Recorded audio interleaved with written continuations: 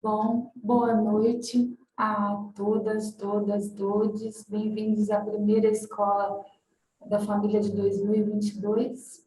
Em nome da Comissão Cultural da Escola João Guimarães, a gente agradece a presença de todos e estamos muito felizes e honrados com a participação dos nossos convidados de hoje, que com certeza nos proporcionarão uma noite de muitos conhecimentos, né? De muita luz nesse tema que é tão importante, que é a vacinação dos nossos filhos, né? Esse evento é uma realização da Comissão Cultural da Escola João Guimarães Rosa. Ele está sendo gravado com o consentimento de todos os participantes. Esse material pode ser reproduzido nos canais de comunicação da escola, na íntegra ou editado, com vídeo ou apenas com áudio. A Escola João Guimarães Rosa respeita as normas de proteção contra o Covid-19 e todos os cuidados sanitários são cumpridos. Os palestrantes receberam as perguntas que foram feitas previamente. Essas serão respondidas inicialmente na abertura da atividade. Após essa rodada, nós abriremos para as perguntas feitas durante o evento e aquelas feitas de cunho também legal. Responderemos conforme o tempo hábil, tá bom, pessoal? As perguntas, do chat, elas poderão ser feitas pelo chat ou com pedido levantando as mãos. Pedimos que seja exclusivamente o uso do chat para as perguntas, para que nenhum assunto importante se perca. Lembrando de nos mantermos cordiais, né, respeitosos e abertos para a escuta do outro, garantindo assim a manutenção do diálogo fraterno que fortalece a nossa comunidade. O conhecimento verdadeiro de si próprio só é dado ao ser humano quando ele desenvolve interesse afetuoso para com os outros. O conhecimento verdadeiro do mundo, o ser humano só alcança quando ele procura compreender seu próprio ser. Rudolf Steiner. Uma excelente noite, eu passo para a Aline. Obrigada, Pri. Então, ó, lembrando que todo mundo, na hora que foi fazer a inscrição, mandaram as perguntas, né? Essas perguntas foram encaminhadas para os palestrantes, então eles vão responder essas perguntas. E aí, conforme a gente for vendo o tempo, algumas questões, além dos nossos palestrantes, vieram perguntando questões jurídicas. Então, a gente também vai responder essas questões ao final, tá bom? Mas vamos privilegiar aí o tema trazido pelos nossos participantes, tá bom? Aline. Boa noite a todos. Eu vou fazer a apresentação dos convidados por ordem, tá? E vou passar os temas abordados que cada participante vai responder, de acordo com o que as meninas já falaram. Nós fizemos um resumo das perguntas, tivemos mais de 120 inscrições, então tivemos bastante perguntas para que passássemos antecipadamente para cada um dos participantes. O primeiro participante é o Vitor Ingrácia Valente. Ele é doutor em ciências pela Unifesp em 2011, com período sanduíche na University of Utah, dos Estados Unidos, pós-doutor em fisiopatologia pela FM-USP, 2011 a 2013, e livre docente em filosofia pela FFC Unesp Marília, em 2019. É professor da FFC Unesp Marília, desenvolve projetos relacionados ao sistema nervoso autônomo e central, pesquisador e divulgador científico, e foi o primeiro cientista brasileiro nomeado ao prêmio User Prize. Não sei se está certo como pronuncia, nós tentamos pesquisar antes, mas ficamos na dúvida, Vitor, então me desculpa se eu tiver falado errado. Os temas abordados pelo Vitor serão RNA mensageiro, segurança da vacina, tempo após Covid que se deve tomar a vacina, por que tomar a vacina mesmo após passar por contágio de Covid, mães imunizadas passam anticorpos para bebê no aleitamento, vacina será ainda experimental. Então, agora eu passo a palavra ao Vitor e eu vou colocar o currículo dele, né, um breve currículo dele, porque é enorme, no chat para todo mundo. Vitor, fica à vontade. Pessoal, boa noite, viu? Obrigado pela pela oportunidade de estar aqui. Eu agradeço a Nelide, o pessoal que teve contato comigo, tá? Obrigado pelas palavras. Só uma dúvida, quanto tempo que eu vou poder falar? Só para me organizar aqui, porque às vezes eu falo muito, aí não atrapalhar vocês. Nós pensamos de 10 a 15 minutos, mas se você precisar um pouco mais, pode usar, tá, Vitor? Beleza, eu A gente quer privilegiar a fala de vocês. Se der tempo, a gente abre para perguntas, mas a gente quer privilegiar a fala de vocês e as perguntas que vieram anteriormente. Ok, obrigado. Eu vou me organizar aqui para não atrasar muito vocês aí. Pessoal, eu peguei as perguntas que a Nelide encaminhou para mim. Eu vou compartilhar a tela aqui, deixa eu ver. Tem como alguém me autorizar para eu compartilhar a tela? Que eu acho que não está me permitindo, que eu peguei uns gráficos para deixar mais fácil o modo de entender. Tá?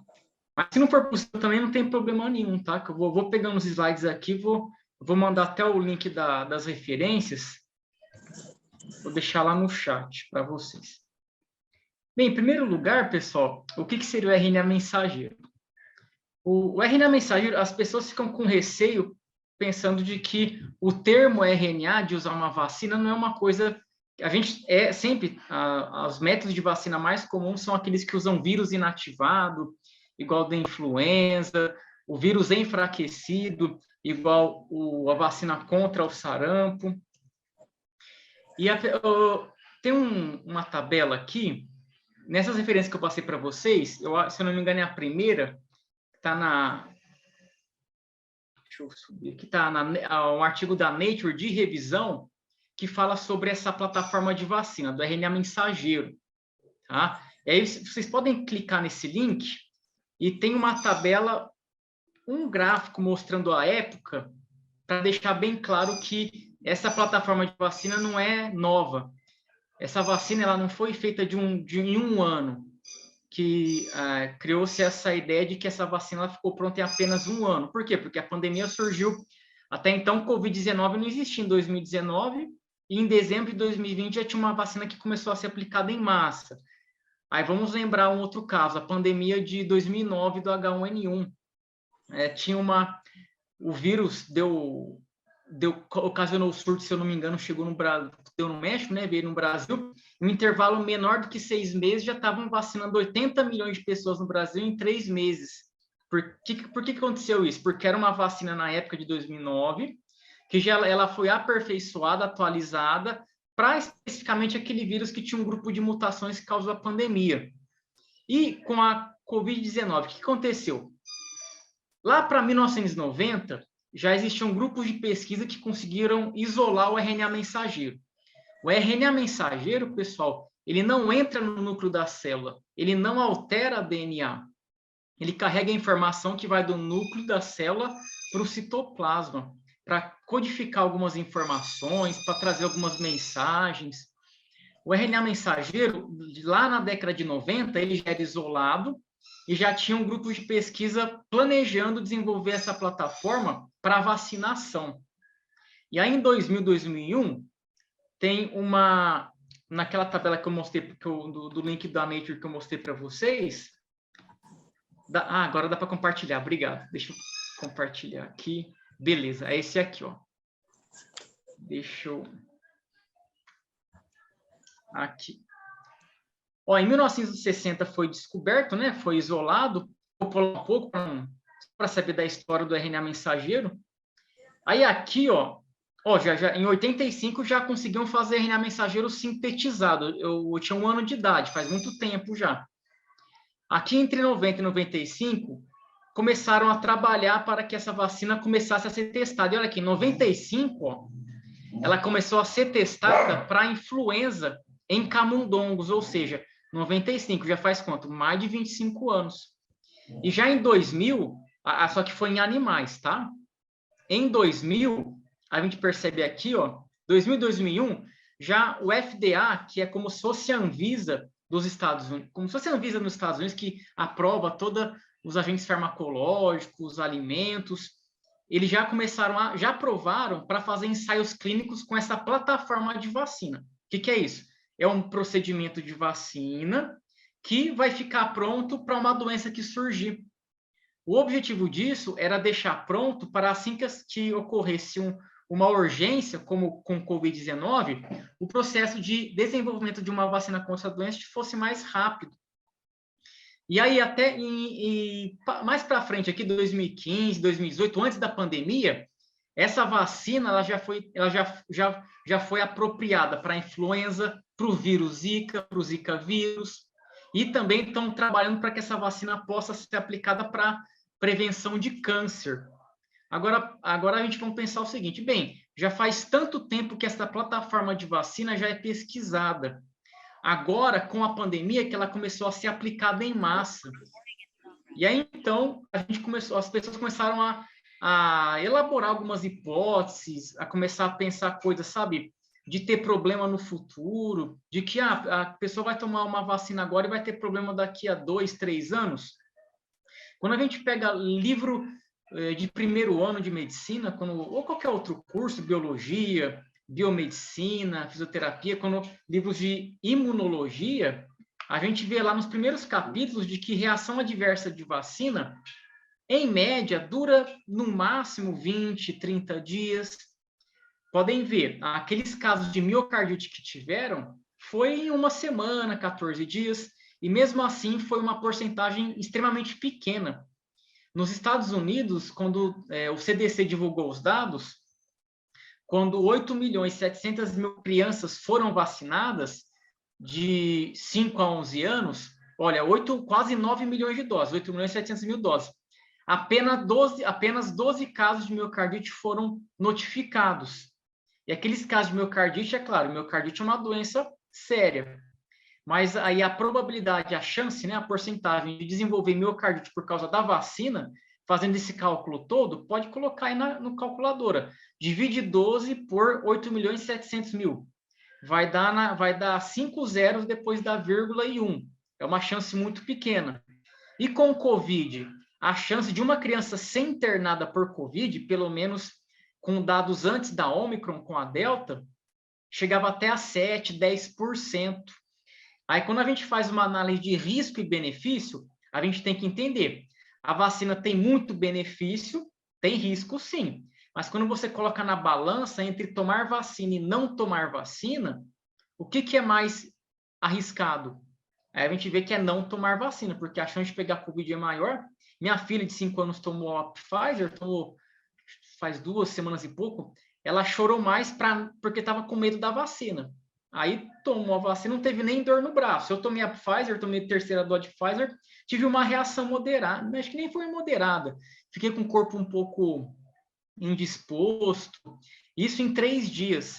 No máximo, pode ter uma reação de 20 a 30 dias, tá?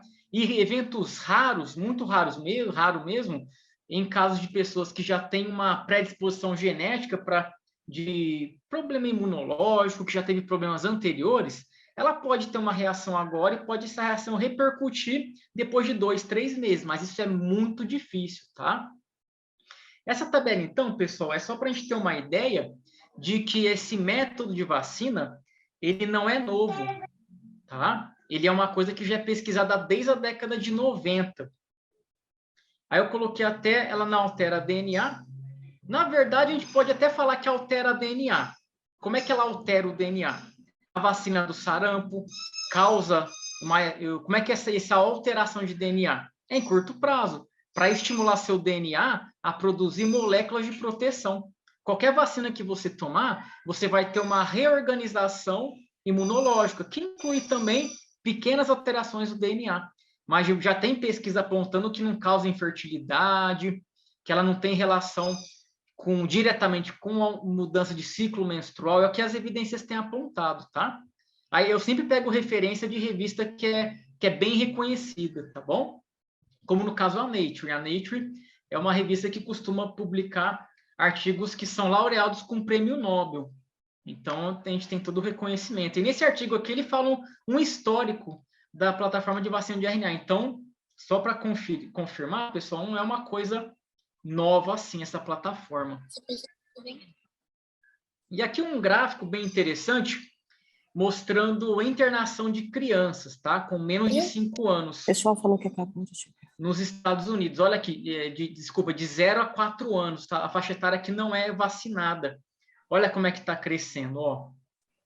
Porque o vírus está sofrendo mutações, está se disseminando muito e está começando a infectar faixas etárias que não foram vacinadas.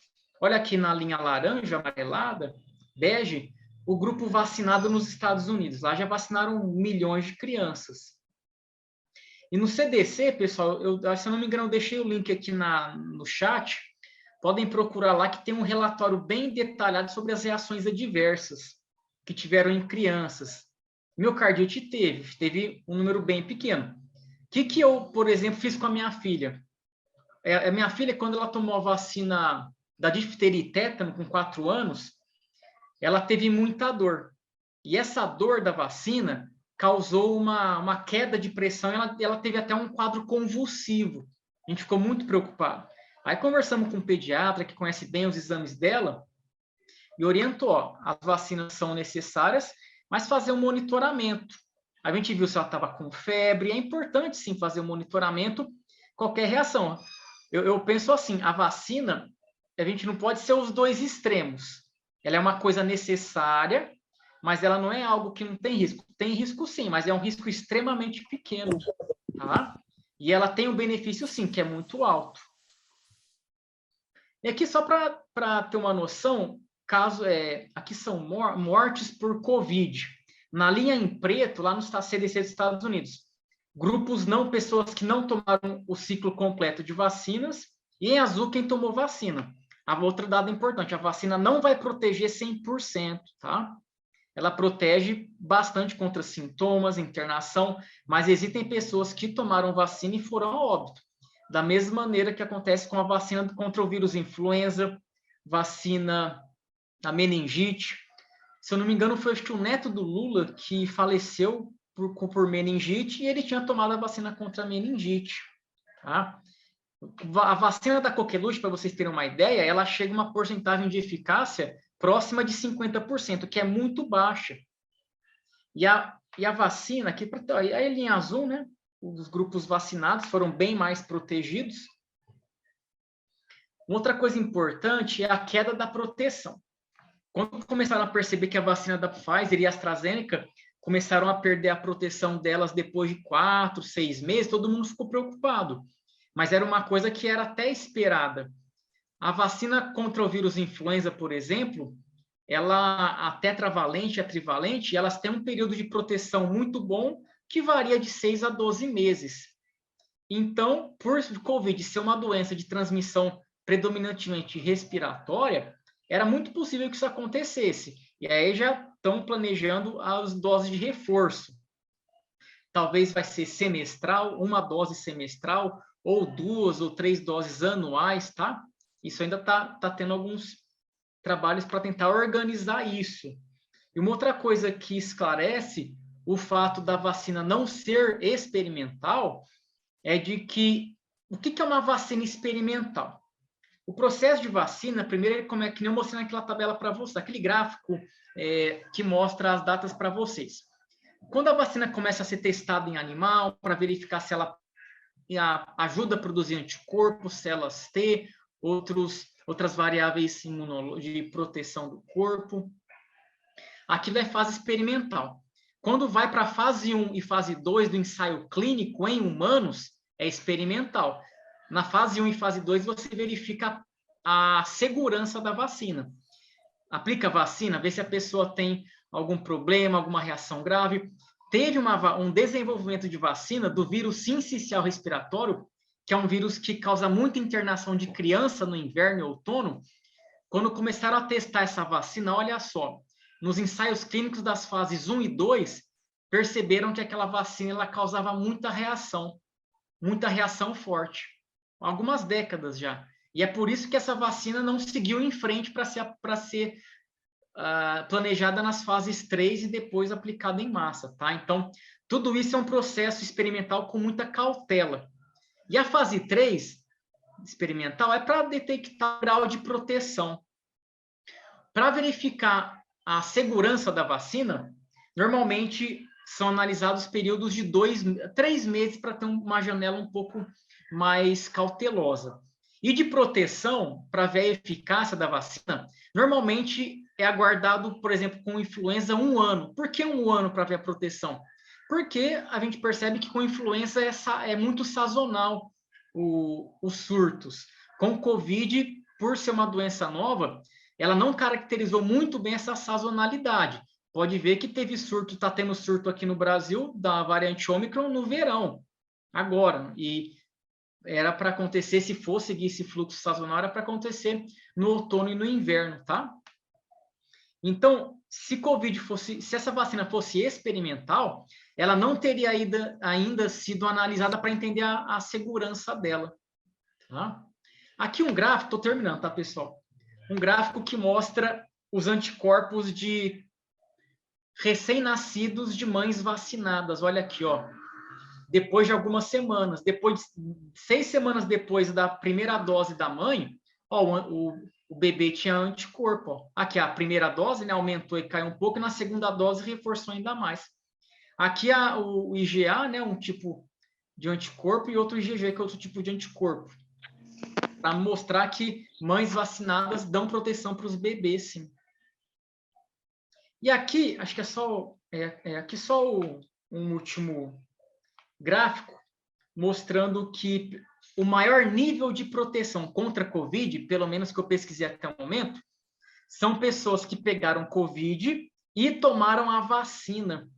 Por que é importante saber disso? Muitas pessoas pegam Covid e optam por não tomar vacina porque é totalmente compreensível, tá? Você ter receio do risco, ter receio em vacinar seu filho, sua filha, é totalmente compreensível isso. Tá? Muito mais, hoje em dia a gente recebe no WhatsApp eu recebo muito vídeo de que não tem nenhuma precisão na confiabilidade, mostra uma criança vomitando, depois fala que ela morreu, não tem nenhuma certificação da Anvisa, do Ministério da Saúde, sem nenhuma confirmação de nenhuma secretaria da saúde, tá? A gente recebe vídeos diretos sobre isso.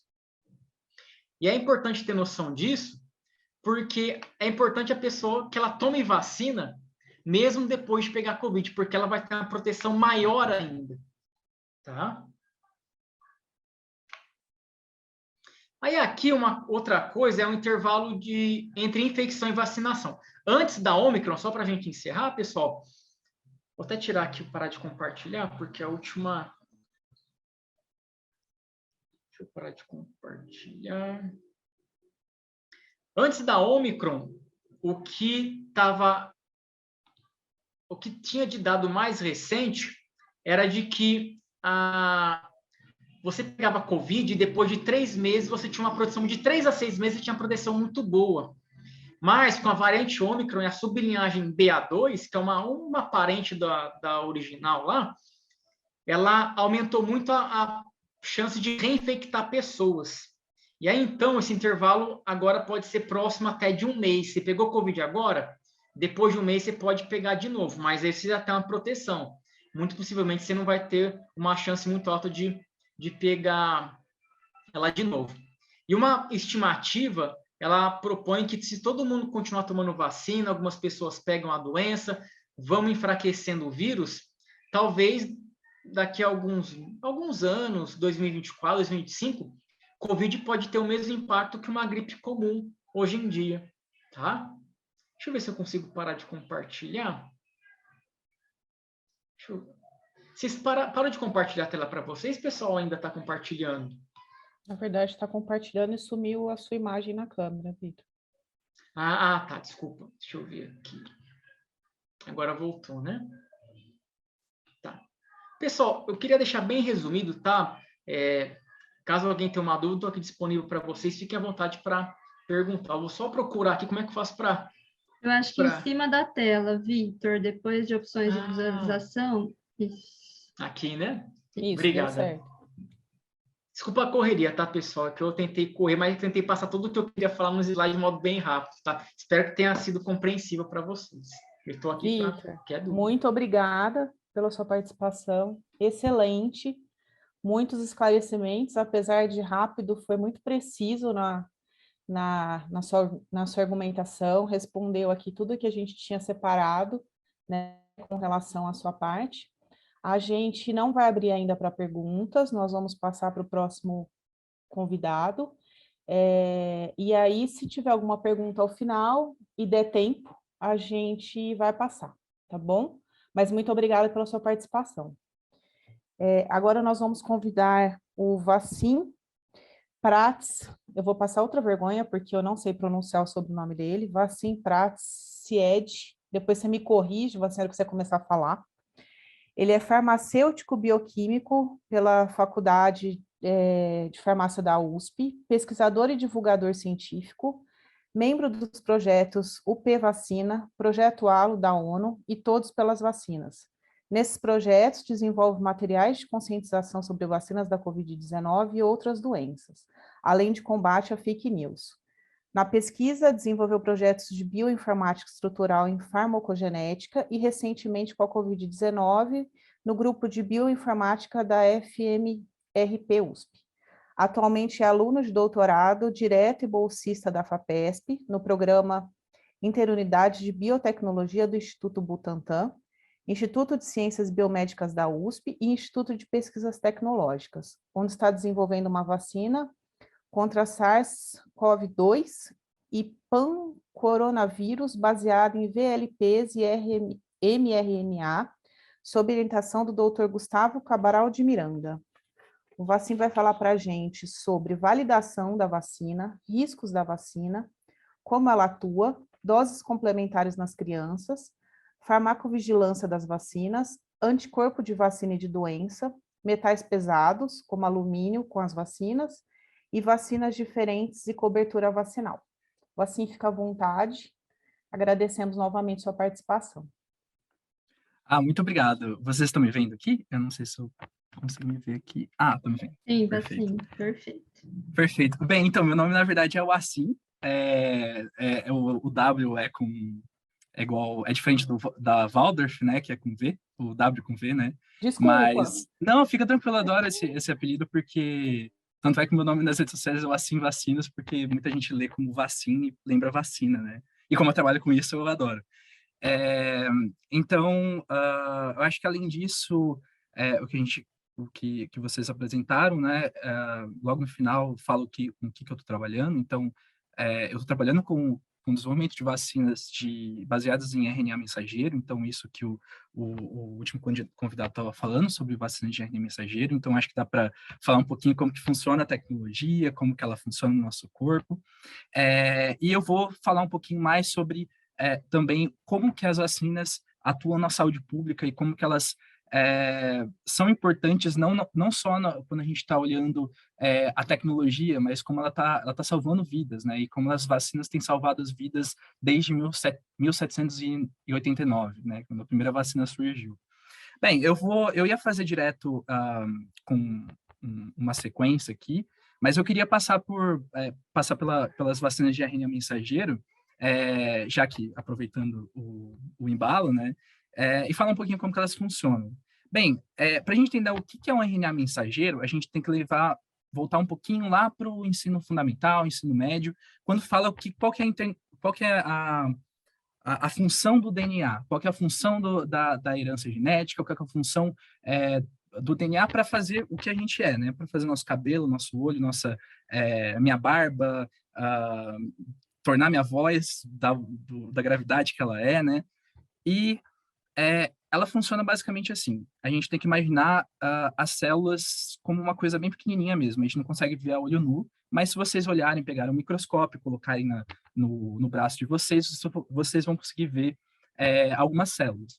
E quando a gente vê essas células, todas essas células em todo o nosso corpo têm o mesmo DNA. Então, o DNA que a gente pegou metade dos nossos pais, do nosso pai, e metade da nossa mãe, né? E cada metade que a gente recebeu dos nossos pais tem informação para fazer, como eu falei, o cor dos nossos olhos, para fazer os nossos olhos, para fazer o nosso cabelo. Mas como que ela transforma essa informação que está em DNA, que está um tipo de molécula que a gente chama de ácidos nucleicos, para transformá-la em proteínas? Porque tudo que a gente tem aqui, nosso cabelo, por exemplo, vocês devem imaginar, é tudo feito de proteínas. A gente come proteínas, a gente come a carne, por exemplo, de frango. Eu sei que deve ter muita gente que é vegetariana aqui, desculpa ofender, mas, enfim. ou mesmo até do brócolis mesmo, quando a gente vai comer uma coisa material, geralmente aquilo é uma proteína ou, enfim, um açúcar, né? Mas vamos colocar como proteína para facilitar as coisas. Para a gente transformar essa informação que a gente tem no nosso DNA em proteína, a gente precisa transcrever, então a gente precisa, como se fosse um processo de transcrição mesmo, que a gente está pegando um livro e a gente está falando para outra pessoa fazer. Então, por exemplo, o livro disse, está escrito lá, escove os seus dentes. Mas quem que vai falar para uma pessoa como escovar os dentes? Então, você tem que transformar essa coisa escrita numa voz e depois numa ação. Então, essa ação, para fazer uma analogia, a ação é a proteína, são o fenótipo, como que eu posso falar? As características do indivíduo. O RNA mensageiro, o DNA, na verdade, ele vai ser o livro que está escrito, e o RNA mensageiro, ele vai ser a voz, que eu estou falando agora. Então, o DNA, ele é transcrito em RNA mensageiro, que é uma outra molécula, e desse RNA mensageiro, ele é processado por uma maquinaria celular chamada ribossomos, que vai transformar essa informação em proteínas. Então, aminoácido, transforma em proteína. Dado isso, a gente entende qual que é a importância do RNA mensageiro. Então, o RNA mensageiro, a gente está colocando, por exemplo, numa vacina, para produzir um pedaço de um vírus, uma proteína de um vírus, no caso, o vírus da Covid-19, SARS-CoV-2. Então, como funciona a vacina? Como funciona essa tecnologia? A gente, ao invés de mudar o nosso DNA, mudar o nosso, colocar um pedaço do DNA do vírus, DNA, o RNA do vírus, e colocar dentro da nossa informação genética para produzir aquele pedaço do vírus, a gente só coloca essa voz, só coloca o RNA mensageiro. Esse RNA mensageiro, quando a gente insere, eu vou explicar um pouquinho como que a gente insere esse RNA dentro das nossas células para a gente produzir essas proteínas, para a gente produzir a nossa própria vacina, ela funciona basicamente com... peraí, onde que eu estava? Eu voltei em como que as vacinas de RNA funcionam, né? Eu esqueci aqui. Enfim, a gente coloca o RNA mensageiro. E aí o RNA mensageiro ele vai levar um pedaço da proteína do vírus. E quando a gente coloca nas nossas células, esse RNA mensageiro ele não entra dentro do nosso núcleo. Ele não entra em contato com o nosso DNA. Por quê? O RNA mensageiro, ele só tem a função dele quando ele está fora do núcleo, quando ele não está em contato com o DNA. Então, isso a gente já corta um pouco da fake news que fala que o RNA mensageiro ele vai ser usado para alterar o nosso DNA. Isso não acontece porque é basicamente impossível a gente conseguir fazer isso. Se conseguisse, a gente estaria muito avançado assim, na biotecnologia. A gente sofre com isso, infelizmente. Mas a gente não vai alterar DNA e transformar todo mundo em jacaré. Infelizmente, porque eu adoraria ter umas escamas chiques. Mas, enfim, continuando. E como que a gente insere esse RNA mensageiro dentro das nossas células?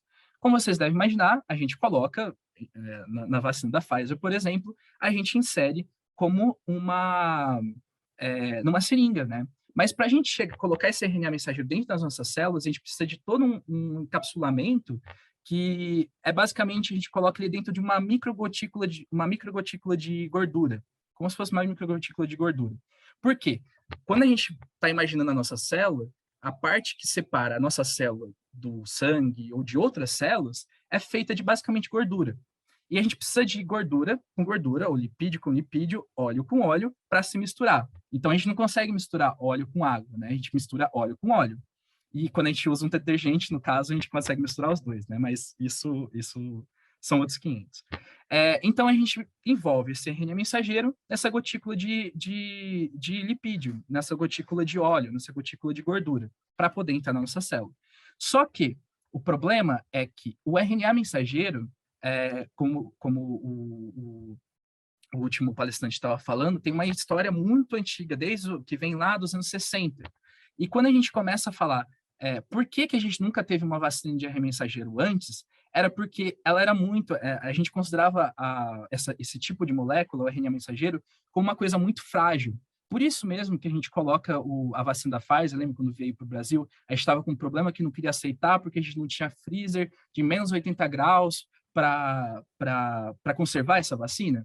Então, é porque ela é muito instável. Então, a gente tem formas de torná-la mais estável. Ou seja, o RNA mensageiro, quando a gente usa nas nossas células em processos, que a gente está produzindo nosso cabelo, produzindo a cor do nosso olho, está produzindo saliva, milhões de coisas, todos os processos que a gente tem no nosso corpo, a gente tem um tempo aquele RNA que está, um tempo de vida. Então, esse tempo de vida, assim, é realmente muito curto. Só que a gente consegue aumentar ele para 1, 2, 3 dias. Isso em laboratório. E isso, vocês podem imaginar, pô, eu posso ter um RNA mensageiro que eu coloquei dentro do braço da pessoa para produzir um pedaço de um vírus por 3 dias. Nossa, isso deve ser muito, muito inseguro, muito preocupante. Mas isso não é necessariamente verdade, porque isso depois de 3 dias você já acaba, você para de produzir aquela proteína. E aquele RNA mensageiro é destruído naturalmente pelas nossas células. Então, eu não sei se vocês entenderam muito bem, mas basicamente a gente coloca o nosso RNA mensageiro que a gente produz em vacinas, ele é muito instável. Ele não vai alterar nosso DNA, ele não chega no nosso núcleo, ele é simplesmente uma forma que a ciência encontrou de produzir vacinas num preço muito mais barato e de uma forma muito mais racional. Porque antigamente, contando um pouquinho a história das vacinas, não sei se todo mundo conhece, eu vi algumas comentários aqui que eu achei super legais aqui, que eu posso comentar depois, mas voltando um pouquinho da história das vacinas, a gente vem lá de uma história de que a gente trabalhava, a gente vinha de uma técnica chamada variolação. Eu não sei se todo mundo aqui é de antes dos anos 80, que viveu nos anos 70, conheceu o que é a varíola. Eu espero que não, porque a varíola é uma doença horrível, que foi erradicada graças às vacinas. Ela era basicamente, para a gente fazer um paralelo, a varicela é catapora. Era uma catapora muito, muito pior. Inclusive, essa doença, ela é bem interessante porque ela acompanha toda a história da sociedade. Inclusive, ela acompanha até o nome do Pixinguinha. Então, o Pixinguinha, ele pegou varíola quando era criança, e o nome dessa doença aqui no Brasil era bexiguinha, porque formavam várias bexiguinhas, várias bolhas no corpo dele, da pessoa. E aí, tem toda a história do nome dele, mas um fato que levou a levar esse nome de pixinguinha foi por causa da doença. E como que funcionava a vacina? Como que funcionava as formas de prevenção dessa doença, que matou mais de 300 milhões de pessoas só no século passado? Bem, eles pegavam uma forma atenuada da doença, então por exemplo, tinham várias formas, várias técnicas, né? Mas eu vou citar uma. Eu conheço uma pessoa que foi infectada com a varíola. Ela apareceu aquela bexiguinha dela, e é o que as pessoas pegavam? Elas pegavam o pus dessa bexiguinha, dessa bolha, secavam e inseriam pelo nariz, ou faziam uma escarificação, ou cortavam a pele da pessoa. Isso muitas vezes prevenia contra a doença. Então, essa pessoa que recebia essa varíola atenuada, de certa forma, inativada, se preveniam contra a doença. Então, elas não desenvolviam essa doença, elas não morriam. Agora, ela ainda era arriscada, porque imagina, você pega um pus de uma pessoa que foi infectada, ela pode ter morrido ou pode ter ficado muito mal, só que aquilo não necessariamente vai fazer bem para você. Porque se aquela pessoa... A gente vê isso com a Covid. Muita gente pega a Covid, tem gente que pega a Covid e morre, tem gente que pega a Covid e fica assintomático, por exemplo.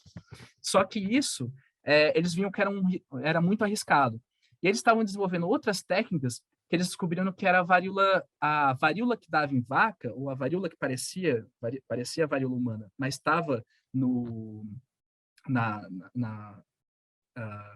nas mamas da vaca, não sei como que o nome certo anatômico para isso, as mulheres que tiravam o leite dessas vacas e pegavam essa varíola bovina, elas chegavam elas não quando eram expostas à varíola, elas não ficavam doentes. E aí, o que eles fizeram? Começaram a falar, tá, se eu pegar o pus dessa vaca, então, e colocar numa outra pessoa, será que eu vou prevenir? E aí foi o Edward Jenner, que foi o pai das vacinas, que fez isso de uma forma sistemática, ele fez isso usando ciência. E ele mostrou que era muito mais menos arriscado, muito mais seguro usar um vírus de um outro animal para prevenir contra uma doença humana do que usar o pus da doença humana, né? A gente imagina que, por exemplo, se a gente pegasse, sei lá, algum vírus de um gato, que eu tenho uma gatinha aqui, eu não vou ficar mal, porque é um vírus que está adaptado para gato. Então, é mais ou menos essa ideia. E aí, essa estratégia foi chamada de vacinação. Por quê? Era um vírus de uma vaca que virou uma vacina. E aí, isso deu o nome da vacina que a gente chama hoje, né?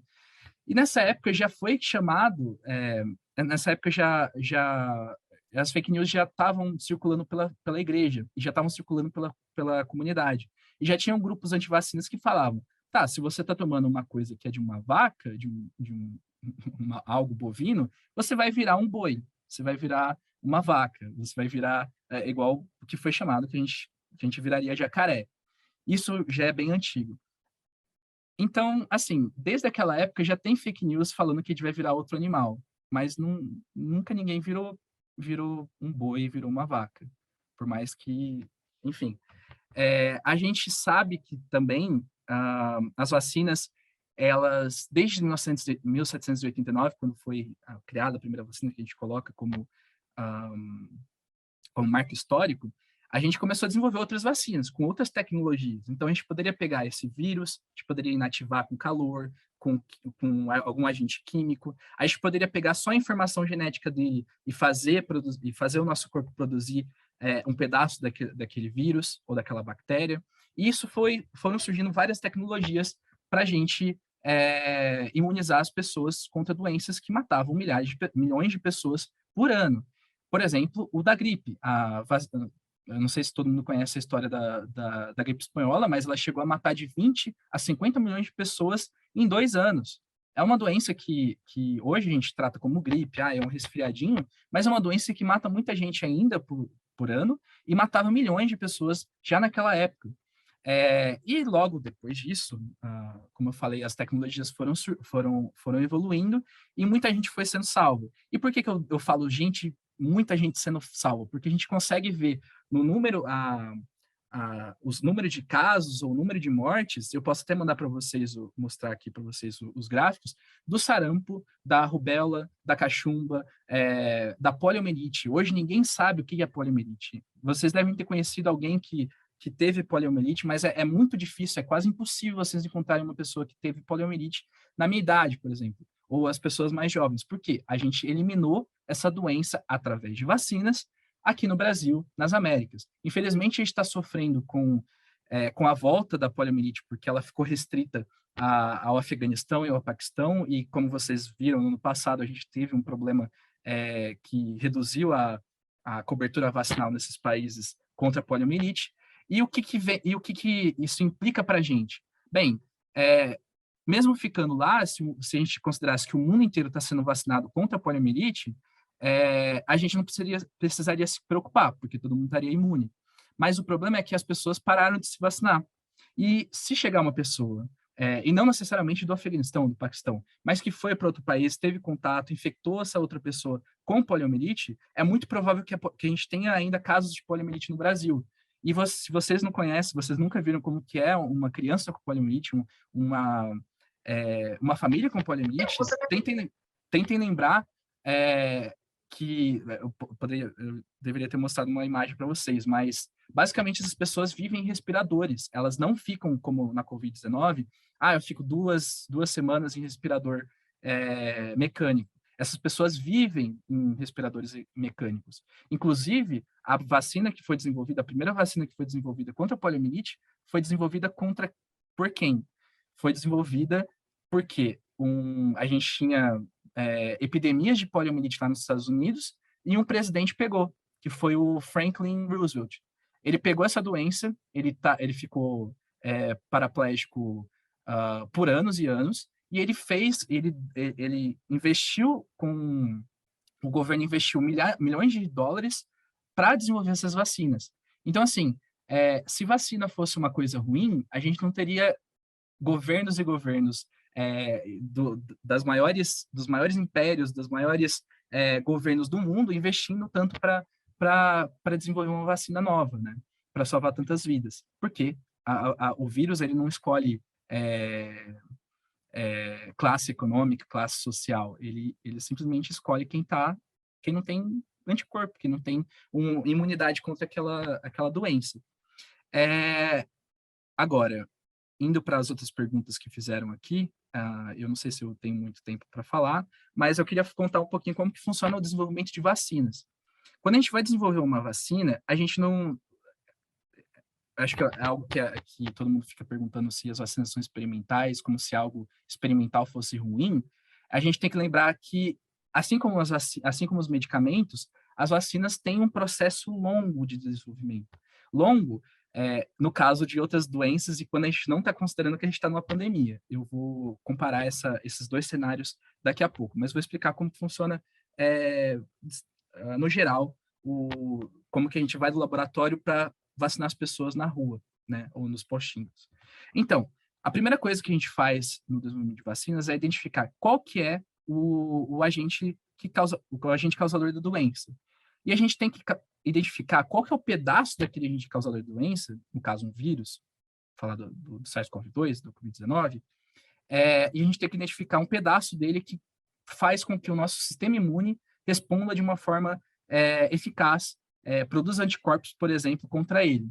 Porque nem todos os pedaços do vírus ali fazem muito sentido, ou vão conseguir levar uma eficácia da vacina, a vacina funcionar no nosso corpo.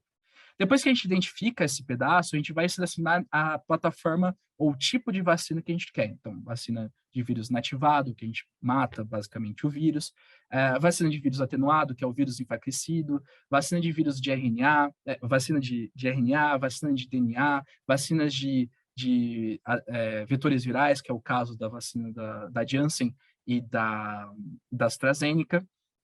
E depois que a gente seleciona, a gente leva isso para testar em animais. Geralmente a gente testa em camundongos, em ratos, a gente pode também testar em primatas, então macacos mesmo, em macacos rhesus, no caso, e se mostrar que é seguro nesses animais, que produz anticorpos ou tem uma resposta imune celular, que eu não vou entrar profundamente aqui, a gente pode passar a falar assim, realmente, se deu certo nesses animais, que são bem parecidos com a gente, no caso os primatas, a gente pode avançar para testar em seres humanos. Mas a gente não vai testar em milhares de pessoas no mesmo tempo. A gente precisa testar na fase clínica, que é em seres humanos, na primeira fase. Na primeira fase, a gente escolhe 10, 20, 30, 40. No caso da vacina da Pfizer com crianças, foi testado em 50 crianças. Quando foi testado em 50 crianças, eles avaliaram. Essas crianças tiveram quais reações adversas? Elas produziram anticorpos? Qual que foi o padrão de resposta imune que ela desenvolveu? Se mostrou que é segura e funciona, e da história, assim, tanto de medicamentos e de vacinas, a gente para por aí. Tem muitas vacinas que não funcionam. E vocês devem ter visto isso, toda a história das vacinas em 2020, que algumas vacinas foram bloqueadas de avançar para a fase 2, fase 3, porque elas não funcionaram muito bem, ou eram muito reatogênicas, não eram muito seguras. E a gente passa para a fase 2. Na fase 2, a gente vai comparar um grupo que vai estar vacinado com essa vacina e um grupo que não está vacinado. A gente vai comparar, se esse grupo que foi vacinado na primeira fase recebeu a primeira ou a segunda dose da vacina e teve dor no braço, vamos comparar se essa dor no braço foi maior do que pessoas que receberam, por exemplo, salina, ou receberam algo que não tem a vacina. Será que isso é algo normal? Porque eu injetei na seringa e realmente, se a gente inserir qualquer seringa vai doer? Será que foi por isso ou é por causa da vacina? Eles avaliam isso. E aí vão testar a segurança e vão ver se a formulação está certa. Será que eu coloco um pouquinho mais da vacina, se eu coloco um pouquinho menos? E se mostrar isso seguro, como eu vou falando, isso sempre vai passando por etapas. Se aquilo se mostrar seguro e se mostrar efetivo, a gente passa por uma fase posterior. E aí, quando a gente chega na fase 3, a gente vai comparar qual é o risco de um grupo que foi vacinado com um grupo que não foi vacinado. Isso é a comparação de risco. Tem muita coisa errada que as pessoas falam, que a eficácia de uma vacina de, sei lá, 50%, 95%, é que, por exemplo, 50%, se eu der a vacina para 100 pessoas, só 50 dessas 100 pessoas vão ficar vacinadas, vão ficar imunes. Isso não é verdade. Isso a gente está comparando riscos. Então, por exemplo, eu tenho risco de morrer de acidente de carro porque eu usei o cinto de segurança e outras pessoas que não usaram, que não usaram o cinto de segurança. É claro que uma pessoa está em um risco maior que a outra, mas não necessariamente está falando que todo mundo vai pegar a doença e todo mundo, só uma parte vai ficar imune. Na verdade, não é isso, é comparação de risco. Então, quando a gente fala 50%, a gente tem uma metade do risco, a gente reduz pela metade o risco da pessoa ficar doente ou morrer pela Covid-19. Quando a gente fala de 95%, a gente reduz quase o dobro do risco para a pessoa, em comparação a uma pessoa que não recebeu a vacina, de ficar doente. Então, é assim que funciona. Depois que a gente mostra que a vacina funcionou, tem uma eficácia, ela é segura, em um grande número de pessoas, isso milhares, quando a gente fez isso com a Covid-19, se eu não me engano, a vacina da Pfizer fez mais de 20 mil pessoas no ensaio clínico de terceira fase. Então, é muita gente, não é assim, eu peguei 10 casos pingados ali, fiz o teste, não é assim, a gente testa em muita gente mesmo. E quando passa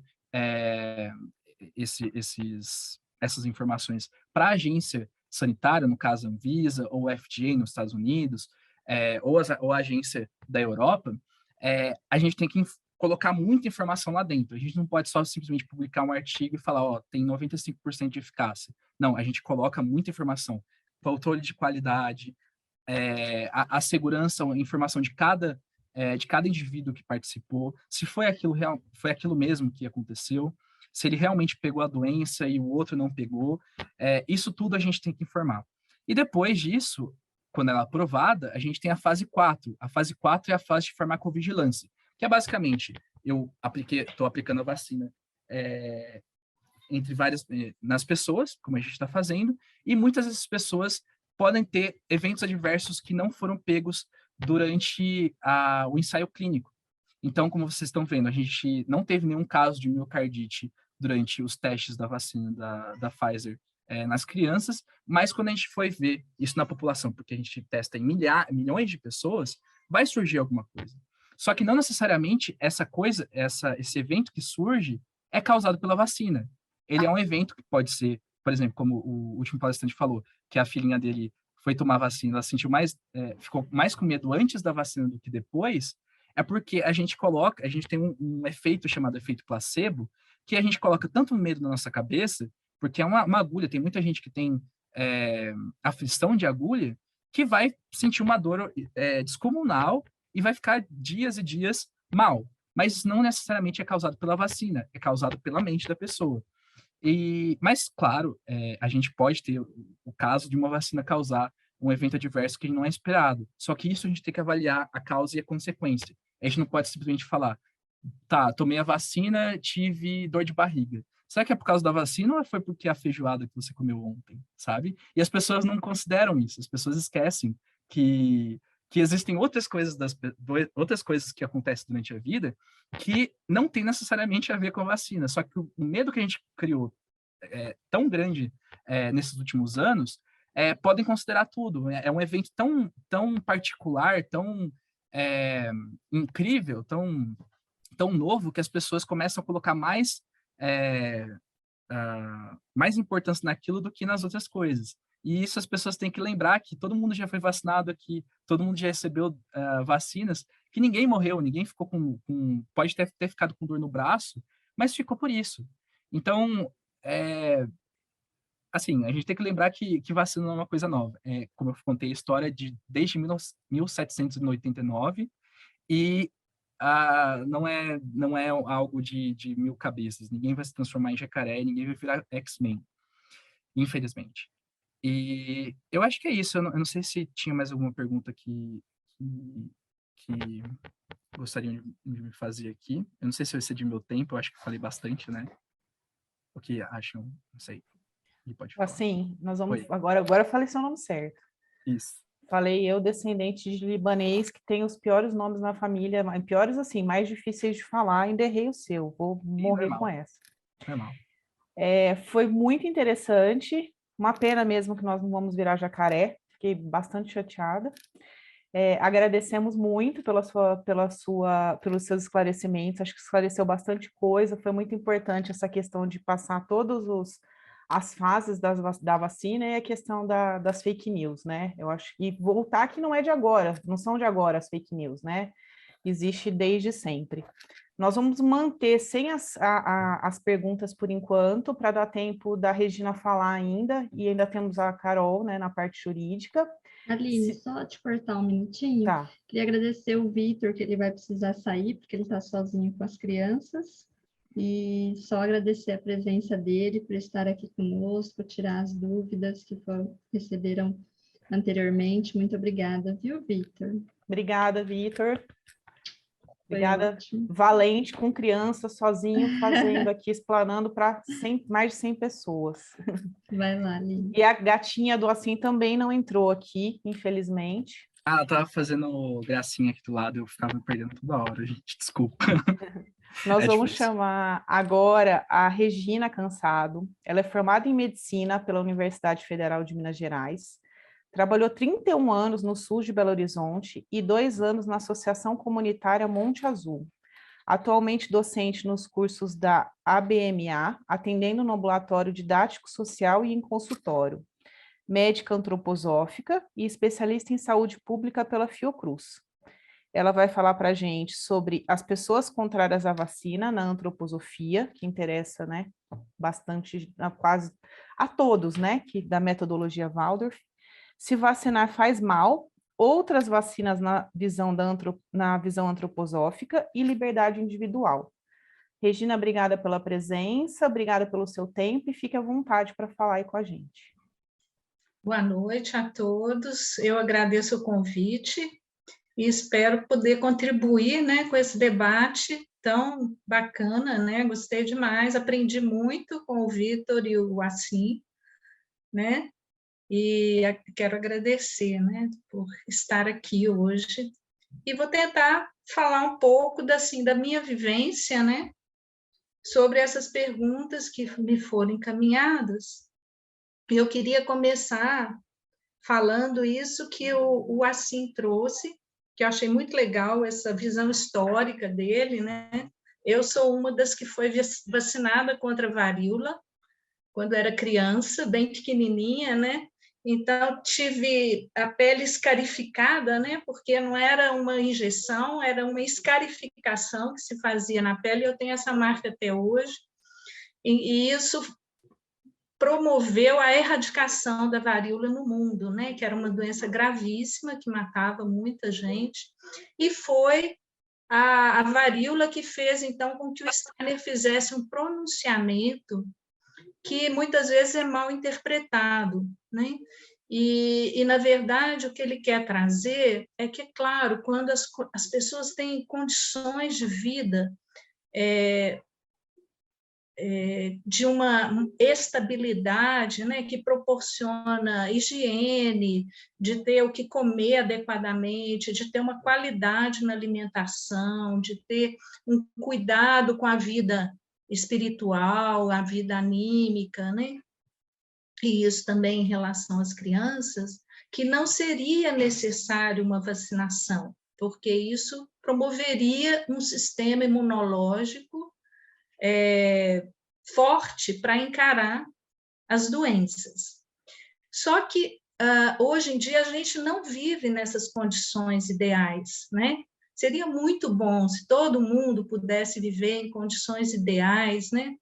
De ter o que comer, de ter onde morar, uma moradia adequada, e etc. E a gente sabe que isso é muito longe da realidade de todos nós, inclusive das famílias Waldorf, né? Então, as famílias, a gente sabe, hoje em dia, correm para lá e para cá, para trabalhar, para deixar as crianças na escola, voltar correndo para casa. Nem sempre dá para fazer alguma coisa legal para as crianças comerem. É isso, é a vida que a gente tem, a vida moderna, né? E também a gente vê aqui no Brasil, que não existe na Europa, é essa miséria crescente, né? As pessoas realmente, assim, morando nas ruas, morando nas favelas, sem água tratada, sem, né? Não terem como se proteger das doenças, não só da Covid, mas por todas as doenças, né? Então, há muitos anos, no SUS foi estabelecido esse Programa Nacional de Imunização, o PNI chamado, exatamente para proteger essa população mais vulnerável, né? Então, o Steiner mesmo, nessa palestra, se não me engano, GA 312, agora não estou me lembrando bem, mas isso está, a gente pode pesquisar, ele fala que, então, se essas condições ideais não são alcançadas, né, não podem ser alcançadas, então que se vacinem. E ele mesmo se vacinou contra a varíola, né? Então, a gente vê que existem situações ideais e que, infelizmente, não são as situações ideais que a gente vive atualmente, né? E aí me perguntaram assim, por que na antroposofia as pessoas são contra a vacina? Porque compreenderam mal, né? E da mesma forma que existem pessoas contra a vacina em qualquer lugar, né? Na sua família vai existir pessoas contra e a favor da vacina, no seu trabalho vai existir pessoas contra e a favor da vacina, também na antroposofia existem pessoas contra e a favor da vacina, porque não compreenderam muito bem o que o Steiner quis trazer, tá? E aí, quando se coloca essa questão, por exemplo, que existe a fala de que estamos fazendo mal para a nossa alma, fazendo uma agressão, né? Isso eu não sei quem pode ter dito algo assim, né? Mas é claro que a gente vive numa sociedade, num mundo, atualmente, muito voltado para o material, né? O materialismo, ele nos dificulta de encontrar um caminho espiritual, digamos assim, né? Mas a gente está o tempo todo em contato com esse mundo material, não é assim? Então, por exemplo, quando a gente toma um antibiótico, né? E isso às vezes é muito necessário, porque tem pessoas que podem morrer se não tomar um antibiótico, né? Isso, de certa forma, vai introduzir no organismo uma substância sintética, muitas vezes, né? Que os antibióticos eles podem ser feitos de substâncias sintéticas, bem materiais, né, que não fazem parte da natureza, como os nossos medicamentos antroposóficos, que vêm das plantas, né, de substâncias animais, substâncias minerais. Esse antibiótico também vai tornar o ser humano com mais dificuldade, digamos assim, de atingir o espiritual. Mas, se ele não tomasse esse antibiótico, ele morreria. Então, é um drama que o ser humano vive, que é preciso fazer escolhas, né? A gente precisa fazer escolhas. E quando a gente tem diante de nós a possibilidade de morrer, né? Como essa questão da Covid, né? Que já matou milhões de pessoas no mundo inteiro, e aqui no Brasil quase 650 mil pessoas já, né? Isso é uma questão que como médica, a gente considera de emergência, né? É uma emergência que acontece e que a gente precisa tomar uma providência, né? E graças a Deus, então, depois da vacinação, apesar vocês devem ter acompanhado aí as estatísticas, está aumentando demais o número de casos, mais do que existia nos outros picos da doença anteriormente, aumentando de uma forma exponencial, mas o número de mortes está aumentando só um pouco. Então, isso já é um efeito da vacinação em massa, né? Porque se a Covid tivesse matando tanto quanto matou da primeira onda na segunda onda, o número de mortes estaria acompanhando proporcionalmente esse aumento do número de casos, e não está acompanhando, graças a Deus. Então, essa curva está muitos e muitos e muitos casos, como nunca teve, mas o número de mortes está o menor até agora, comparando com a primeira e a segunda onda. Então, isso, em termos de saúde pública, isso é uma vitória, né? Porque desde o início foi falado que a vacina, ela controlaria a doença grave e a doença e a morte, né? Pela Covid. Mas as pessoas têm a doença, isso acontece. Então, às vezes, eu escuto as pessoas, mas eu tomei a vacina e tive a doença. Teve. Uma forma leve, que passou rapidamente, sem deixar sequelas, porque um outro problema da Covid são as sequelas, né? Que podem ficar, né? A Covid longa, que dura mais tempo, que acomete vários órgãos. E nas crianças também está sendo visto uma forma multissistêmica, né? A síndrome inflamatória multissistêmica pediátrica, a SIMP, que é falado, que acometeu muitas crianças, né? De uma forma grave, né? Então, é algo que acontece. E aí eu queria compartilhar com vocês que esse gráfico também eu acho bem interessante. E saiu aqui Léo, da minha tela. Ela consegue compartilhar? Tá aberto aqui. Tá aberto? Tá. Então, É eu uma pus na flechinha tela aqui, vamos ver verde se pra aparece aqui.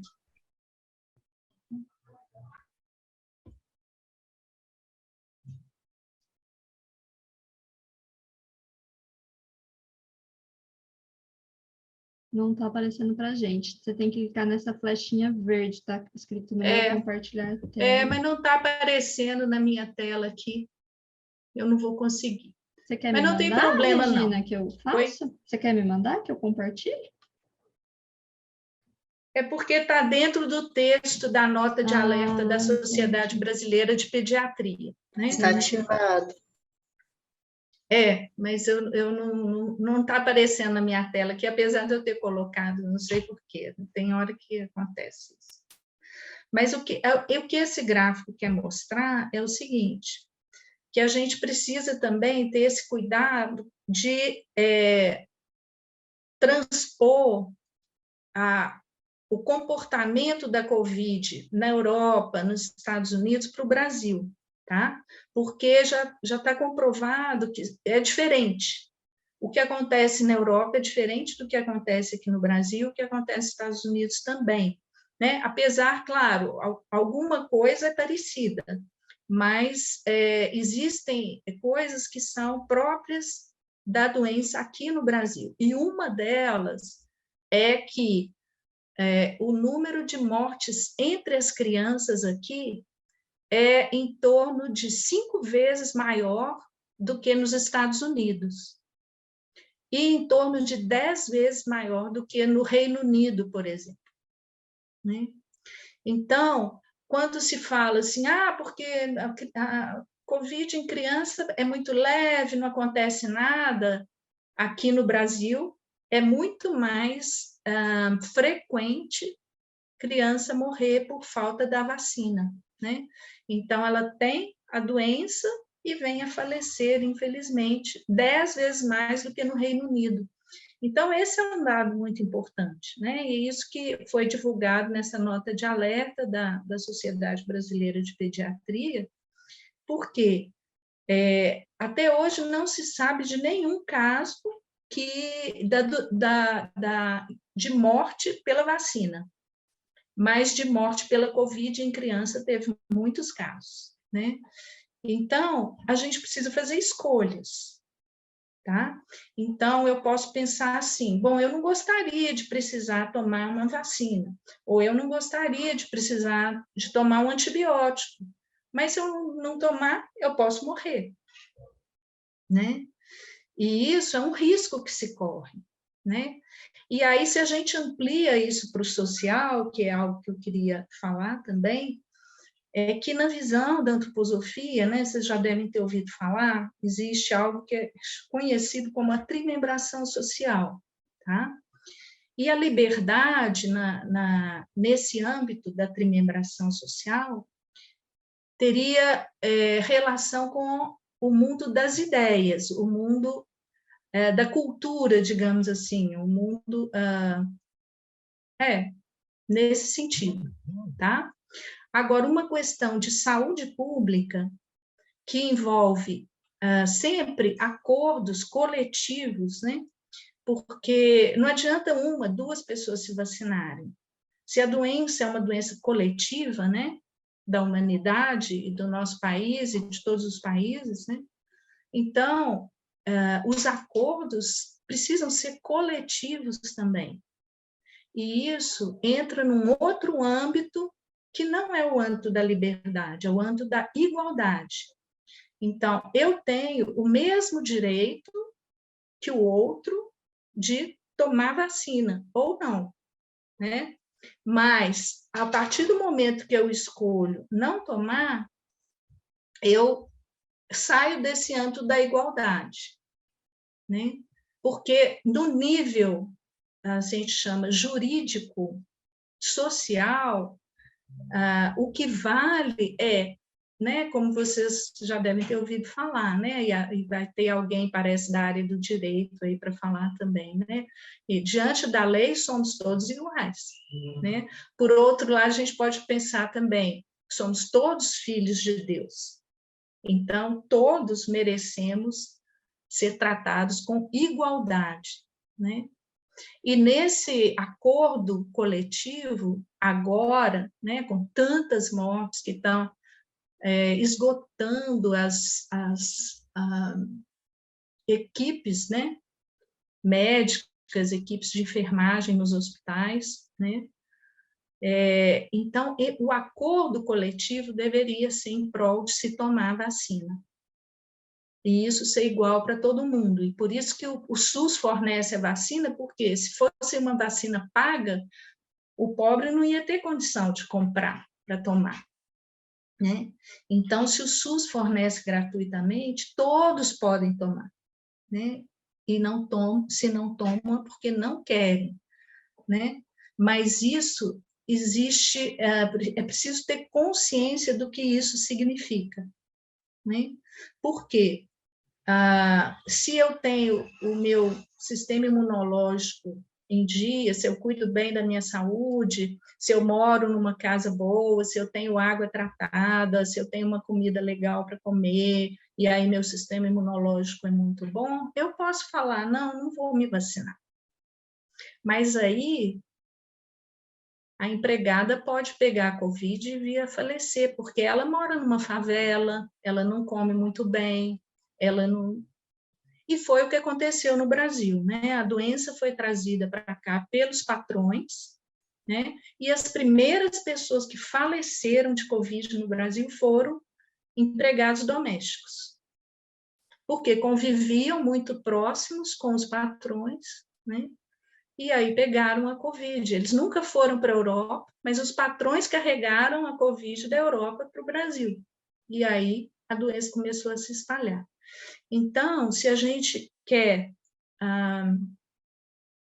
controlar a pandemia, é preciso ter essa consciência de que a gente precisa cuidar não só de si mesmo, mas de todos que estão ao nosso redor, né? E tendo essa consciência de que o outro não tem a comida boa que a gente tem, não mora na casa boa que a gente mora, né? Então, assim, as condições sociais são desiguais. E o que pode nos igualar para enfrentar a doença é a vacina. Até agora, não se descobriu outra forma de lidar com uma epidemia virótica que não seja a vacina, tá? E eu gostaria de chamar a atenção que quando se fala na antroposofia que é bom as crianças terem as doenças, né, infantis, porque elas dão uma queima das proteínas herdadas, vocês já devem ter ouvido tudo isso, né? Principalmente no primeiro setênio, as crianças têm muita febre, e às vezes têm a pele vermelha por causa de erupções, por causa dessas viroses, né? E hoje em dia tem várias viroses que dão essas erupções e que não são vacinadas, né? Não são vacináveis, tá? Então, por exemplo, o exantema súbito, que é uma virose super benigna, mas que vai ajudar as crianças a superarem essa proteína herdada e torná-la mais própria. A escarlatina, né? Que é outra doença também, que é uma doença bacteriana que também promove uma descamação na pele, a criança tem febres muito altas e dor de garganta e tudo, é um quadro bem florido, talvez alguém aqui já tenha tido filho com escarlatina, né? E, então, assim, existem outras doenças que a criança pode fazer para, digamos, queimar essas proteínas herdadas e transformá-las em próprias, tá? Não precisa ser com o sarampo, nem com outras doenças desse tipo, porque o sarampo mata o desnutrido. Então, o sarampo não vai matar a criança bem nutrida, bem alimentada, mas vai matar a criança da favela, né? Então, é um pacto social. A vacina sempre foi um pacto social. O mundo jamais teria erradicado a varíola se todo mundo não tivesse vacinado contra a varíola. Da mesma forma, não teria erradicado a poliomielite se todo mundo não tivesse tomado, né? Então, a vacina. Então, são doenças que são muito diferentes dessas doenças, digamos assim, infantis, né? Que acontecem e que continuam a acontecer, tá? Então, a gente pode ter essa tranquilidade de vacinar, né? Com todo o calendário obrigatório do governo, né? Porque são doenças que acometem não só o meu filho, mas acometem as outras crianças e as outras crianças também que não têm condições no seu sistema imunológico de fazer frente à doença, né? Não só os desnutridos, mas também aquelas crianças, por exemplo, que estão fazendo quimioterapia, né? Que estão em tratamento de câncer, por exemplo, né? Elas têm o sistema imunológico comprometido. Então, é uma responsabilidade. Eu acho que a palavra maior em relação à vacina da Covid, hoje, muito mais do que liberdade, que está em outro âmbito, é a palavra responsabilidade e igualdade, né? Eu acho que é isso que é o principal em relação à Covid. Eu não sei se eu me alonguei muito, eu estou olhando aqui se eu... Maravilhosa, Regina, pode falar, tá tranquilo. Se eu deixei de falar alguma coisa.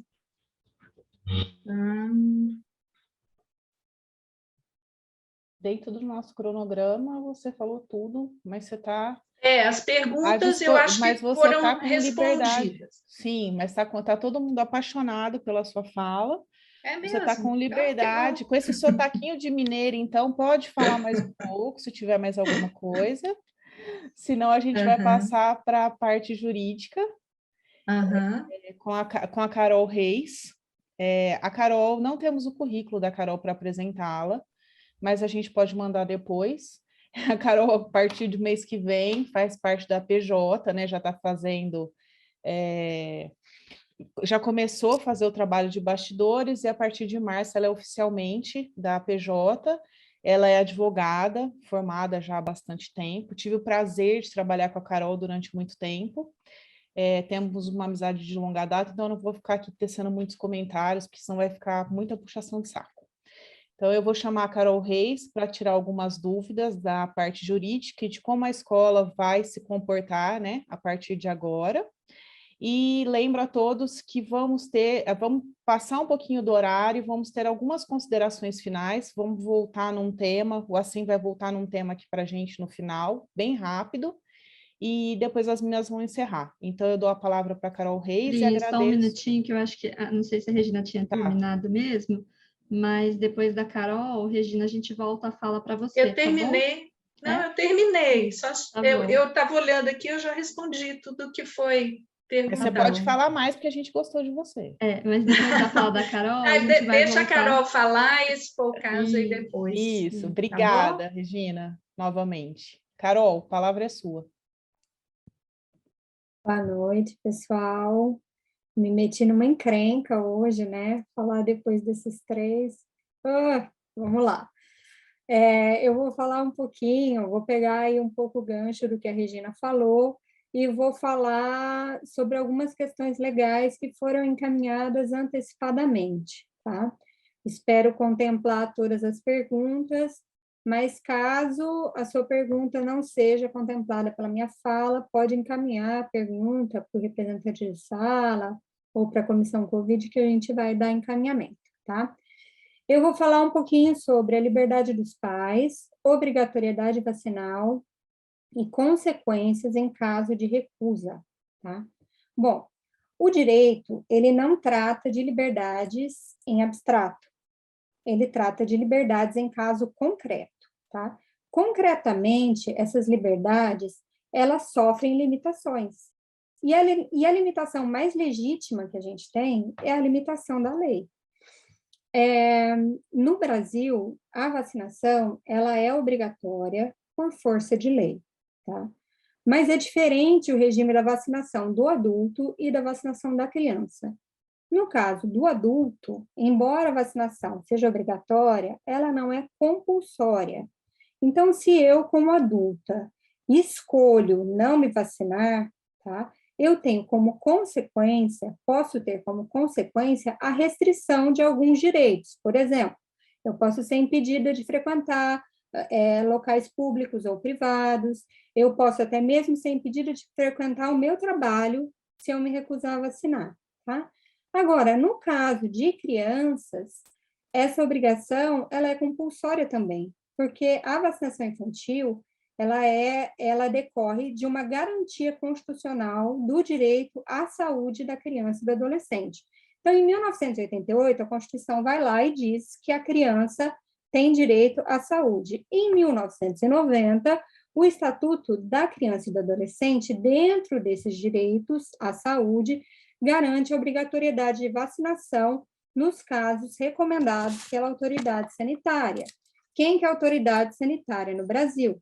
A Anvisa, tá? A lei protege a criança e o adolescente porque eles não têm autonomia ainda. E esse é um conceito mundial, né? A questão da imaturidade neurológica da criança e ainda não ter autonomia para a escolha. Então, a minha liberdade como mãe, ela fica limitada em decorrência da proteção que a lei dá para a criança.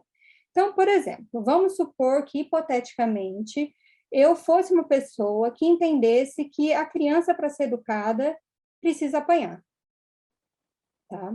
Eu não poderia açoitar os meus filhos para educá-los, porque a lei os protege e eles têm garantia de integridade física. Da mesma forma, a vacinação infantil é uma garantia, tá? A única forma que eu tenho de não cumprir uma lei é se ela for declarada inconstitucional. Para que ela seja declarada inconstitucional, eu preciso que o judiciário seja provocado e diga que ela é inconstitucional.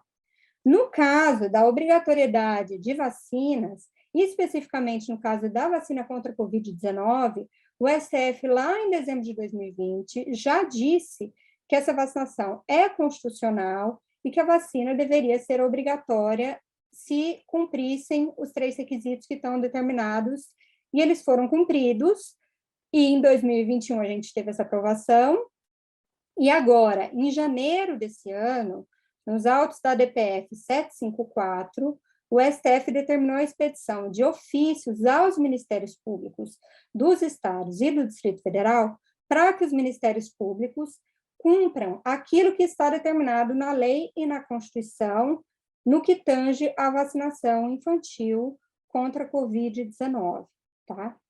E aí, o Ministério Público de São Paulo, por sua vez, publicou um enunciado a respeito da vacinação e, especificamente, com relação às escolas, recomendou que as escolas cobrem os comprovantes de vacinação contra a Covid-19 e, superado o prazo de regularização, no caso dos que não entregarem, a escola deve notificar o Conselho Tutelar e a unidade de saúde local, tá?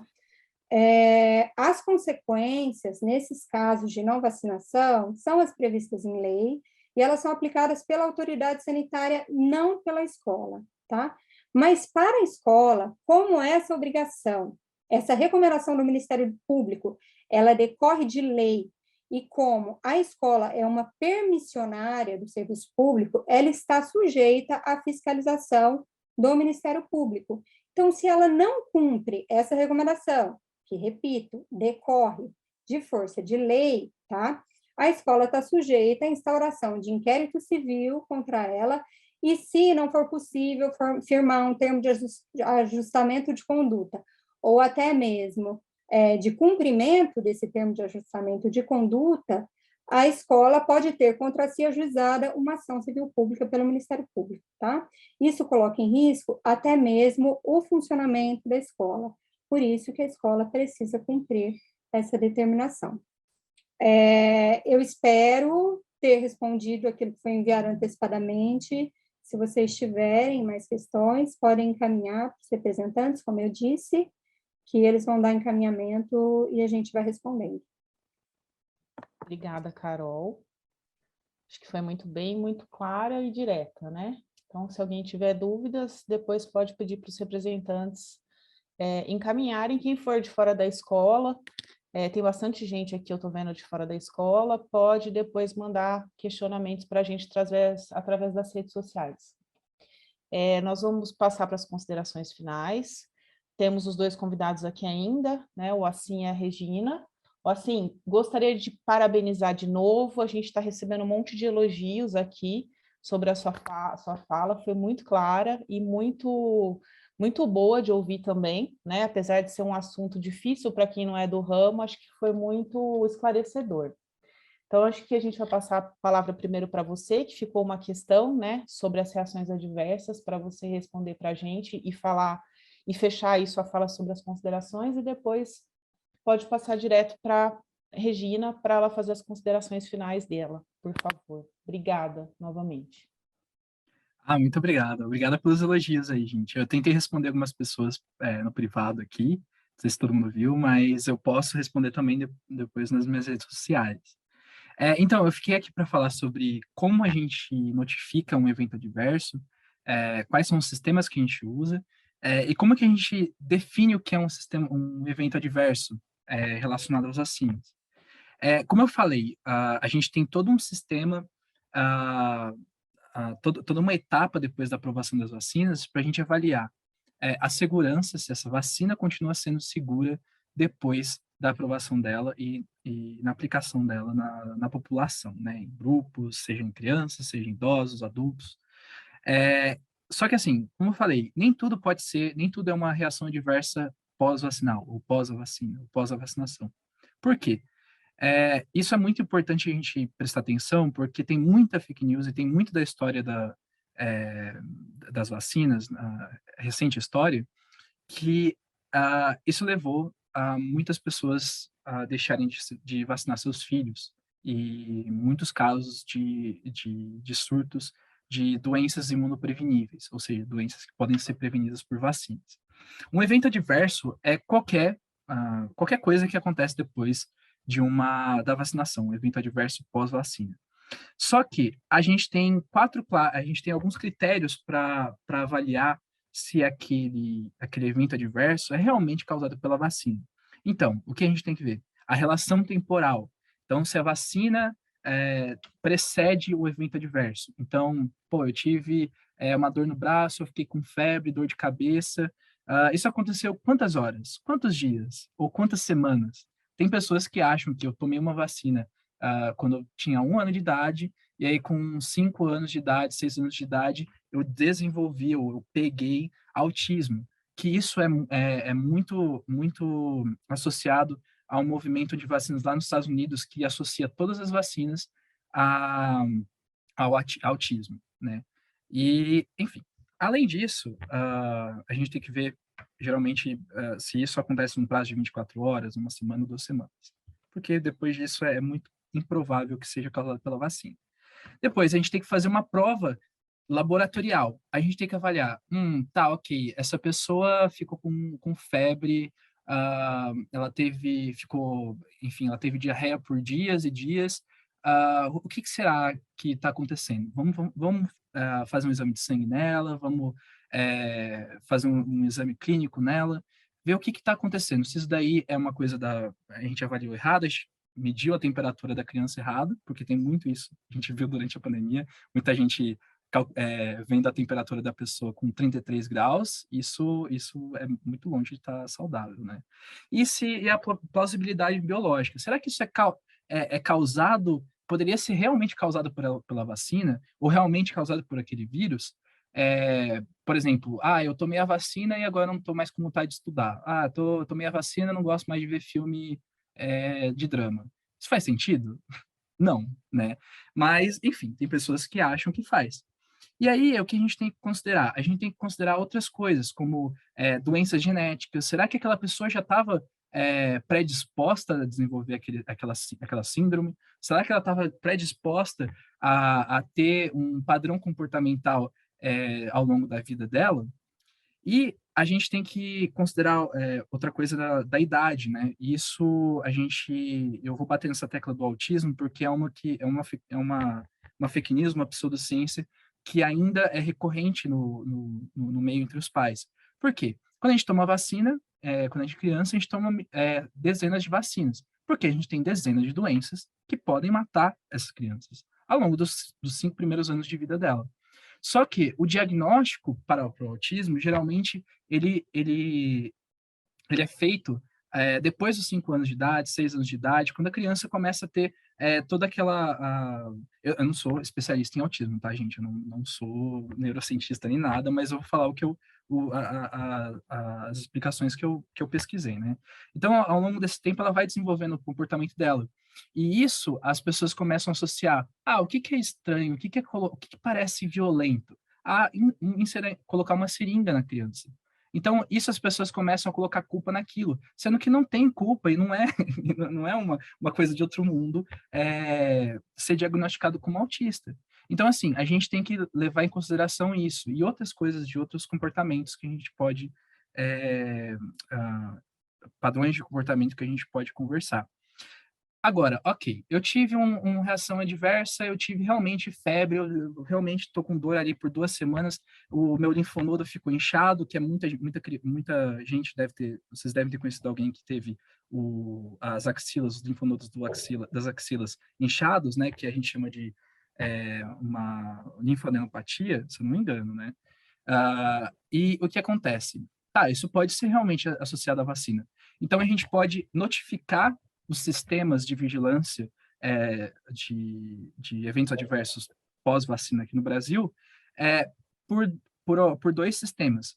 No caso, o Vigimed, que ele recebe as notificações pelos pais, pelos profissionais de saúde, e elas devem ser realizadas até 24 horas. Se eu não me engano, até 24 horas ou 48 horas. Então, você tem que passar, logo você já viu o seu filhinho lá um pouquinho mal, já coloca lá no sistema, que isso é muito bom para a gente mesmo que trabalha com vigilância sanitária, vigilância de medicamentos também, não só de vacinas, mas de medicamentos, para ver que algo passou batido lá dos ensaios clínicos que eu falei, todo aquele processo. A gente tem um outro sistema chamado Notivisa, que é da Anvisa, que vocês podem notificar esses eventos adversos.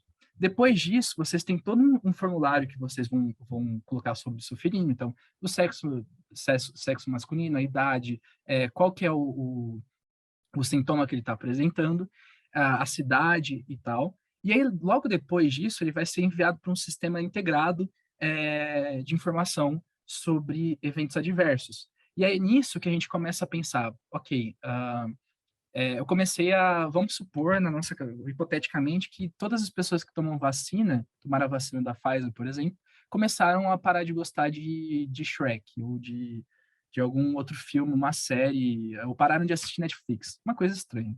Tá, uma pessoa surgiu, outra pessoa surgiu, o sistema ele começa a entender um padrão, ele começa a ver, tá, qual que era o risco de pessoas pararem de assistir Shrek antes da vacina, antes da gente surgir até a Covid-19, e agora? Será que está aumentado?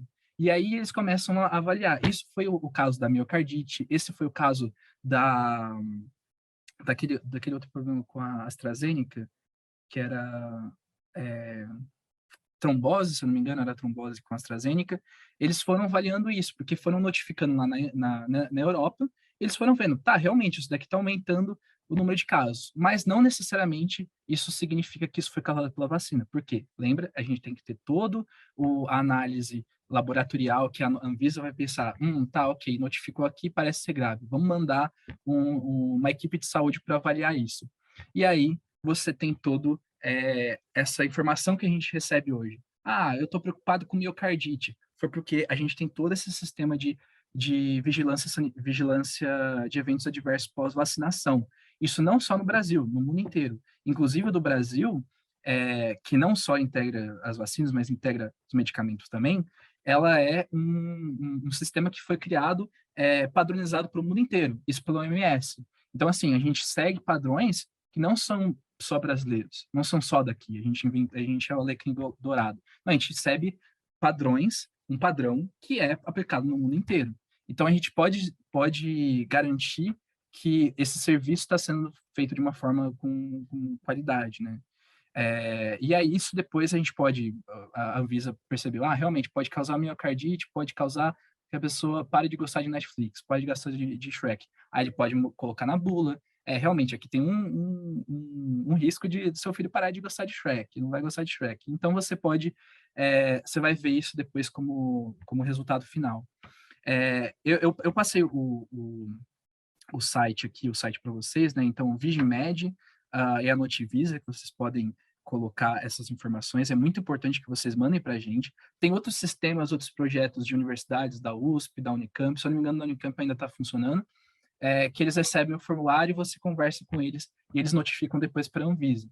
E nada impede também que vocês vão ao postinho de saúde mais próximo e conversem e contem isso para os agentes de saúde, que eles podem notificar pelo próprio sistema deles. E eu acho que é até mais interessante porque você conversou com uma pessoa, ela fez a avaliação clínica, né? E eu acho que é basicamente isso que eu queria contar sobre os eventos adversos. E lembrando, mais uma vez, isso não funciona só para vacina, funciona para outros medicamentos também. E é isso. Então, eu queria só completar, assim, que foi muito legal. As miocardites que a vacina causa, além de ser um número de casos muito pequenos, foram todas reversíveis e leves, né? Leves a moderadas, né? Então, quer dizer, não teve nenhum caso de morte por miocardite da vacina, mas existem casos de morte por miocardite da COVID em criança, tá? Então, eu quero mostrar, assim, que esses efeitos colaterais da vacina, eles não chegam em número e gravidade nem perto do que são os efeitos colaterais da própria doença COVID, tá? Então, só para deixar isso bem claro, né? Porque toda vacina tem suas reações, né? Principalmente reações locais, né? Dor no braço, febre, um certo mal-estar, alguns dias, mas são reações, acho que foi o Vitor também que chamou atenção para isso, né? São reações passageiras, né? Que não se mantêm, enquanto que a doença traz problemas que podem ser de longa duração também, né? Eu ia complementar aqui que, como você falou a senhora falou da miocardite, né? A gente tem também o risco de crianças que pegam Covid desenvolverem a síndrome inflamatória multissistêmica. Essa síndrome inflamatória, Isso eu falei. Isso. Isso, e também a vacina ela consegue prevenir contra esses casos, né? Acho que é 95% dos casos aqui. E eu acho muito interessante isso, né? E Então que a é uma vacina síndrome bem grave. muito grave, muito grave. E é isso, as vacinas salvam até contra isso, que as pessoas ficam com medo de.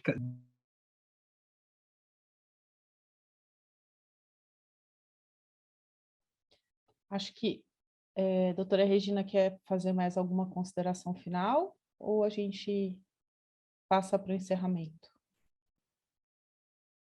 Acho que, bom, né? Já complementei o que o Marcinho falou. Agradeço de novo, então, aos dois. O Vitor não está mais. Agradeço em nome da Comissão Cultural. Foi excelente. Agora, a Anelídia vai encerrar para a gente. Obrigada. Obrigada, pessoal. Foi incrível, né? Os palestrantes excelentes, gabaritados aí, incríveis mesmo. Sigam o Assim e o Vitor nas redes sociais, maravilhosos, né? A gente pode continuar curtindo, porque tem muito vídeo bom dos dois, né? Para a gente continuar. Obrigado, Assim e Regina, por terem aceitado, né? De coração aberto estar conosco hoje, de trazer tanta luz para a gente, foi impressionante, muito gostoso, agradeço muito. Agradeço toda nossa comunidade em peso aqui, isso foi muito bacana, foi surpreendente as inscrições, todo mundo muito cordial, né, se colocando disponível para dialogar, para escutar, né, muitas perguntas, isso foi muito bacana. O assunto não se encerra, a gente vai continuar, estamos abertos, a Comissão Covid está aí para responder o que for preciso. A Comissão Cultural, junto com a Comissão Covid, pode fazer novas rodas de conversas, né, para que a gente possa ainda ter mais frutos com esse diálogo, e acho que vai ser bem importante que a gente continue abertos a conversar sobre esse assunto ao longo do ano e que estejamos juntos nesse desafio da pandemia, né? Acho que isso é o mais importante, a comunidade permanecer unida, fortalecida, né, acolhendo todas as questões que aparecem, cuidando um do outro. Acho que esse é o caminho da verdadeira comunidade que o Steiner nos propõe, que a gente está convidado a seguir, né, para ir no enfrentamento da pandemia. Obrigada a participação de todos e todas, e eu vou encerrar com o verso que a gente iniciou. Conhecimento verdadeiro de si próprio só é dado ao ser humano quando ele desenvolve interesse afetuoso para com os outros. Conhecimento verdadeiro do mundo, o ser humano só alcança quando ele procura compreender seu próprio ser. Steiner. Muito obrigada. Uma boa noite para todo mundo.